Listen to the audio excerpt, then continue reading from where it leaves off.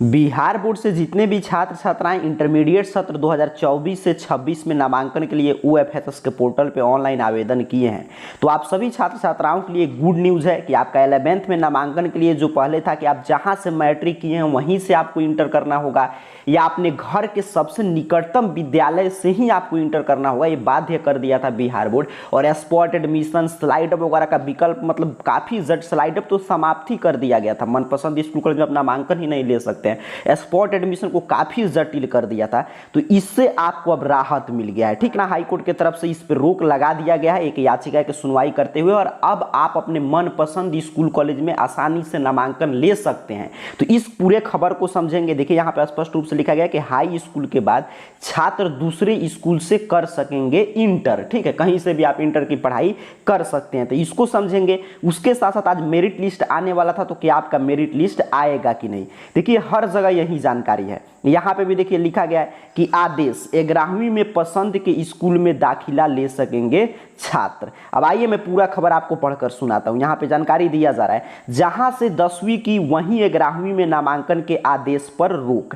आगे की तरफ बताया गया कि पटना हाई कोर्ट ने बिहार सरकार के शिक्षा विभाग की तरफ से 8 मई 2024 के जारी उस आदेश पर रोक लगा दी है, जिसके तहत निर्देश दिए गए थे कि छात्र उसी सरकारी स्कूल में इंटर कक्षाओं में नामांकन लें जहां से उन्होंने मैट्रिक की परीक्षा पास की है। कोर्ट ने सरकार को निर्देश दिए हैं कि छात्रों के ऑनलाइन पत्र में दिए गए विकल्प के आधार पर 11वीं में नामांकन के लिए सीटें आवंटित करें। न्यायाधीश राजीव रंजन प्रसाद की एकल पीठ ने निधि कुमारी और अन्य के तरफ से दायर रीट याचिका पर सुनवाई करते हुए यह निर्देश दिया कि कोर्ट ने सरकार को 6 सप्ताह में अपने अपने जवाबी हलफनामे दायर करने का निर्देश दिया है। न्यायालय ने माना है कि माध्यमिक शिक्षा निदेशालय ने छात्रों को अपनी पसंद के संस्थान में नामांकन लेने के अधिकार को प्रतिबंधित कर दिया है। इस मामले की अगली सुनवाई 6 सप्ताह बाद होगी। शिक्षा विभाग ने अपने उक्त आदेश में कहा था कि मैट्रिक पास विद्यार्थी को 11वीं में नामांकन उसी स्कूल में होगा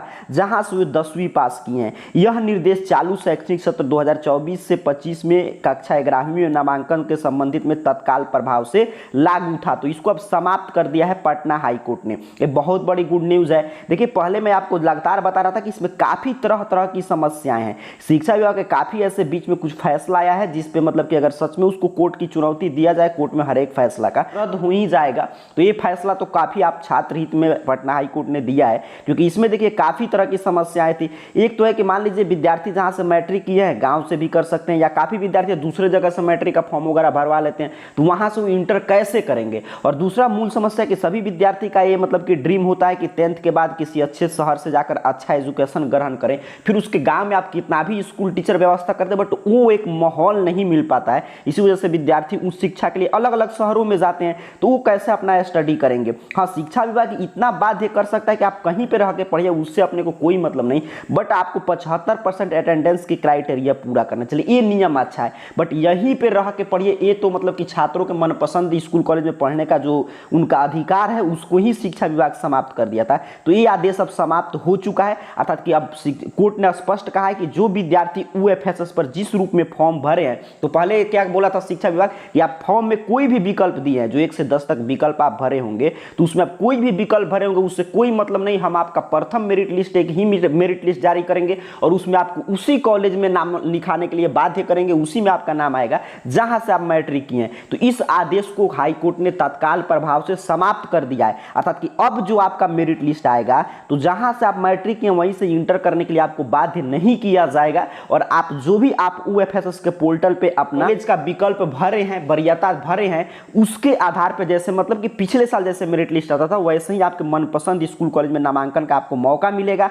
और इससे एक चीज और क्लियर हो गया कि स्लाइड अप वगैरह का भी अब विकल्प मिलेगा, और 2-3 मेरिट लिस्ट जैसे हर साल आता था 3 मेरिट लिस्ट वैसे ही जारी होगा। क्योंकि देखिए शिक्षा विभाग, क्योंकि हाई कोर्ट इसीलिए रोक लगाया है क्योंकि यूएफएसएस आपसे पैसा लिया था, और उसमें जो आपका मतलब कि आवेदन करने से पूर्व जो यूएफएसएस ऑफिशियल अपडेट जारी किया था उसमें वो बताया था कि 3 मेरिट लिस्ट आएगा, स्लाइड अप आप कर सकते हैं, फिर स्पॉट एडमिशन। लेकिन बाद में आपसे पैसा वगैरह लेकर अपना नियम बदल दिया, तो पहले ही मान लीजिए उसको बदल देना चाहिए ताकि छात्र उसी हिसाब से अपना आवेदन करते। जब छात्र आवेदन कर दिए तब नियम बदला, इसलिए हाईकोर्ट इस नियम को तत्काल प्रभाव से रद्द कर दिया है। अर्थात कि जो ये बीच में अपडेट आया था कि सिर्फ अब एक ही नामांकन का लिस्ट आएगा, देखिए सीधे था कि एक नामांकन का लिस्ट आएगा, फिर आपका नामांकन की प्रक्रिया समाप्त करके स्पॉट एडमिशन होगा, इसको अब हाई कोर्ट ने समाप्त कर दिया था कि पिछले साल की व्यवस्था लागू होगा। हाई कोर्ट स्पष्ट बोला है ओएफएसएस को कि आप मेरिट लिस्ट जारी कीजिए और छात्र जो वरीयता श्रेणी में जिस तरह कॉलेज का विकल्प भरे हैं उसी आधार पर उनको मनपसंद स्कूल कॉलेज में आप नामांकन की व्यवस्था करिए, जो पूर्ववत व्यवस्था था उसको लागू कीजिए। अब इससे समस्या क्या हो गया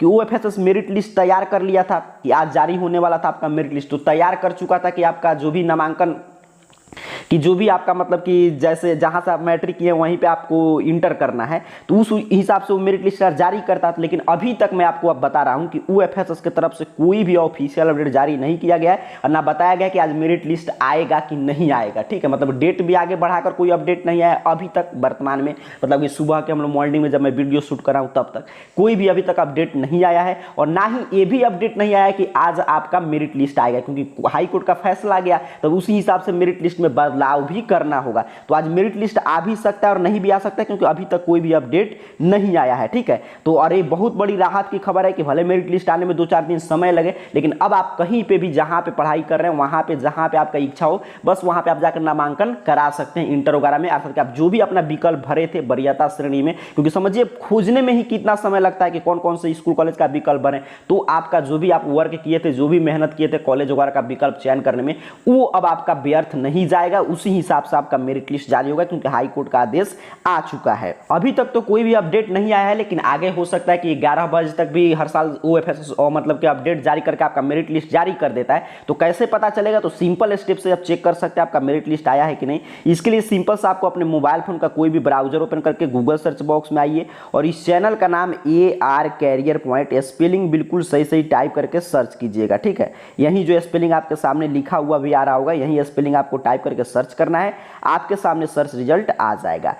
arcareerpoint.com वेबसाइट देखिए इस तरह सबसे ऊपर शो होगा। सिंपल सा आपको इस वेबसाइट पे क्लिक कर देना है। यहां पे आप जैसे ही क्लिक करेंगे आपके सामने ऑफिशियल वेबसाइट इस रूप में ओपन कर देगा। देख लीजिए यहां पे नीचे की तरफ बढ़िएगा, एडमिशन कैटेगरी में आ जाइएगा। ठीक है, एडमिशन कैटेगरी में, और यहां पे देखिए लिखा गया है, यहां पे पढ़ लीजिएगा Bihar board OFSS 11th admission merit list. ठीक है, एडमिशन कैटेगरी में देखिए यहां पे लिखा है Bihar board OFSS 11th admission merit list. Simple सा आपको इस पोस्ट पे क्लिक कर देना है। यहाँ पे आप क्लिक करेंगे आपके सामने इस तरह एक जानकारी ये ओपन कर देगा। यहाँ पे नीचे की तरफ स्क्रॉल डाउन कीजिएगा। ठीक है, यहाँ पे पूरा अपडेट है मेरिट लिस्ट वगैरह को लेकर। यहाँ पे देखिए अब पूरा यहाँ पे द्वितीय तृतीय सभी मेरिट लिस्ट जारी होगा। अब स्लाइड अप जो बंद हो गया था वो भी लग रहा है चालू करेगा। हालांकि इसको लेकर जब अब हाई कोर्ट का निर्देश आया है तो जल्दी ओएफएसएस इस पे विस्तृत अपडेट जारी करेगा।